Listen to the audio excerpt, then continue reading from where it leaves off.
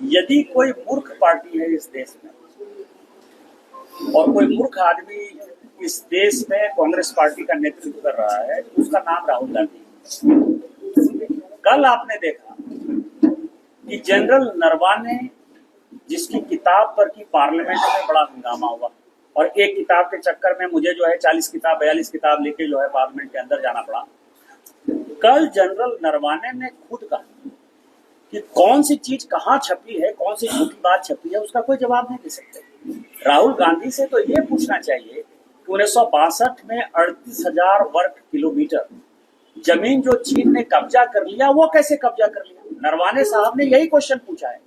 आपने कभी इस देश में देखा 1947 में भारत स्वतंत्र हुआ है, आप एक उदाहरण बता दीजिए कि किसी पॉलिटिकल पार्टी ने, कांग्रेस भी विपक्ष में रही है, भारतीय जनता पार्टी भी विपक्ष में रही है, किसी ने सेना के ऊपर क्वेश्चन किया, आप सर्जिकल स्ट्राइक किए कि नहीं किए, ऑपरेशन सिंदूर में आप जीते कि नहीं जीते, आपका विमान जो है गिरा कि नहीं गिरा, अग्निवीर का जो है रिक्रूटमेंट कैसे होगा। जनरल नरवाने सेना के ऊपर ये जो क्वेश्चन है, सोरोस से प्रभावित जॉर्ज सोरोस इस देश को पाकिस्तान जैसे एक कंट्री बन गया, उसी तरह से भारत के टुकड़े करने का मंसूबा वो पाले हुए।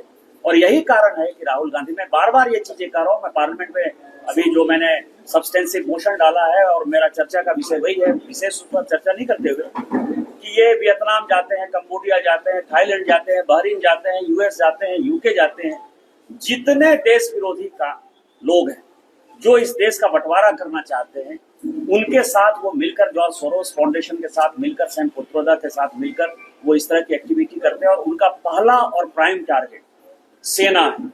जिस डिफेंस फोर्सेस के ऊपर हमको नाज है, जिनके शहीद होने से जो है हमें गर्व फील होता है कि भारत के तिरंगे में हमारा लाल ऐसा है जो हमारे लिए जान देता है, उसके ऊपर क्वेश्चन करना, इससे बड़ी मूर्खता क्या होगी। और इसी कारण से जब आर्टिफिशियल इंटेलिजेंस में, क्योंकि आईटी कमेटी का चेयरमैन मैं हूँ, मैं आज आया हूँ, मैं कल भी देवघर में था केवल वो समिट अटेंड करने के लिए, क्योंकि मैं पार्लियामेंट के स्टैंडिंग कमेटी का चेयरमैन हूँ।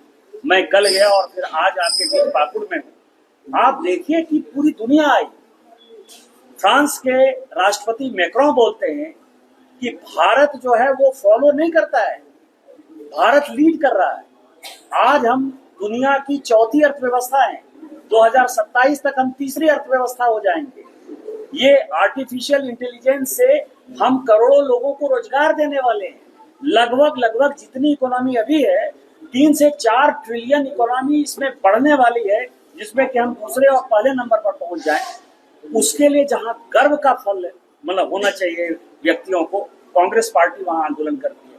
और इसका नेतृत्व कौन करता है, इसके साजिशकर्ता कौन है, देश तोड़ने का साजिश कर रहा है, युवाओं को बरगलाने का साजिश कर रहा है, और राहुल गांधी है।